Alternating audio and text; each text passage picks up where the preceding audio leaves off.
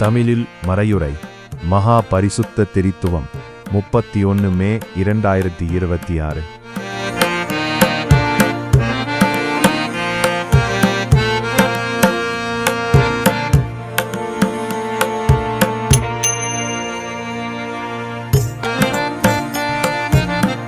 புனிதத்தன்மை, அன்பு மற்றும் அமைதியின் கடவுள்.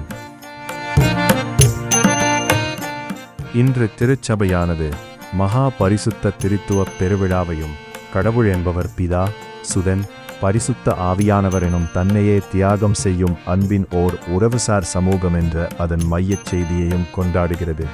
மேலும் இந்த பரிபூரணமான அனைவரையும் உள்ளடக்கிய இரக்கமுள்ள ஐக்கியத்தை நமது மனித உறவுகளில் பிரதிபலிக்குமாறு நம்மை அழைக்கிறது. தாஸ் யாத்ராகமத்தில் பொன் கன்றுக்குட்டியுடன் நடந்த கலக்கமூட்டும் சம்பவத்திற்கு பிறகு தேவன் தம்மை மோசேக்கு ஒரு தொலைதூர பழிவாங்கும் தெய்வமாக அல்லாமல் மென்மையும் இரக்கமும் உள்ள தேவனாகவும், கோபத்தில் மெதுவானவராகவும், தயவிலும் உண்மையிலும் நிறைந்தவராகவும் வெளிப்படுத்துகிறார். தானியேல் 3 நம்முடைய பிதாக்களின் தேவனாகிய கர்த்தரை போற்றும் ஒரு துதிப்பாடலாகவும், எப்பொழுதும் உமக்கே மகிமையும் துதியும் உண்டாகுக. தாஸ் யாத்ராகமத்தில் பவுல் திரித்துவத்தை மிகச் சரியாக உள்ளடக்கிய ஒரு ஆசீர்வாதத்தை அளிக்கிறார். கர்த்தராகிய இயேசு கிறிஸ்துவின் கிருபையும், தேவனுடைய அன்பும், பரிசுத்த ஆவியின் ஐக்கியமும் உங்கள் அனைவரோடும் இருப்பதாக. நாம் அனைவரும் ஒற்றுமையுடனும் சமாதானத்துடனும் ஒருவரோடு ஒருவர் வாழவும், ஒருவர் பரிபூரணமாக வளர உதவவும் அவர் நம்மை அழைக்கிறார். தாஸ் யாத்ராகமத்தில் யோவான் நற்செய்தியில் தேவன் உலகத்தை மிகவும் நேசிப்பதால் தம்முடைய ஒரே மகனை தந்தார், அவரை விசுவாசிக்கிற எவனும் கெட்டுப்போகாமல் நித்திய ஜீவனை பெறுவான் என்று கூறுகிறார். அன்பை கண்டால் திரித்துவத்தையும் காண்பீர்கள். புனித அக்ஸ்டின் கூற்றுப்படி பிதா அன்பர், குமாரன் அன்புக்குரியவர் மற்றும் பரிசுத்த ஆவியானவர் அன்பு செலுத்தும் செயலின் உருவகம் ஆவார். இதன் பொருள் நமது பலவீனமான மனதைக் காட்டிலும் இதயத்தால் பரிசுத்த திரித்துவத்தின் மர்மத்தை நாம் மிக எளிதாக புரிந்து கொள்ள முடியும் என்பதாகும். 4ஆம் நூற்றாண்டில் ஆசியாவில் தற்போதைய துருக்கியிலிருந்து வந்து பின்னர் எகிப்தில் தனது துறவற வாழ்க்கையை வாழ்ந்த கிரேக்க துறவியான பொண்டஸின் எவாக்ரியஸ் கூறினார், கடவுளை மனதால் புரிந்து கொள்ள முடியாது. ஒருவேளை கடவுளை புரிந்து கொள்ள முடிந்தால் கடவுள் கடவுளாக இருக்க மாட்டார்.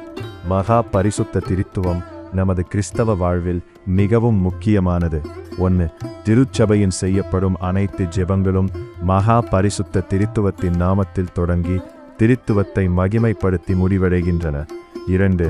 அனைத்து அருட்சாதனங்களும் நாம் திருமுழுக்கு பெறுவது, உறுதிப்படுத்தப்படுவது, திருத்தைலம் பூசப்படுவது, நமது பாவங்கள் மன்னிக்கப்படுவது, நமது திருமணம் ஆசீர்வதிக்கப்படுவது மற்றும் நமது ஆயர்கள், குருக்கள், திருத்தொண்டர்கள் திருநிலைப்படுத்தப்படுவது மகா பரிசுத்த திரித்துவத்தின் நாமத்திலேயே வழங்கப்படுகின்றன.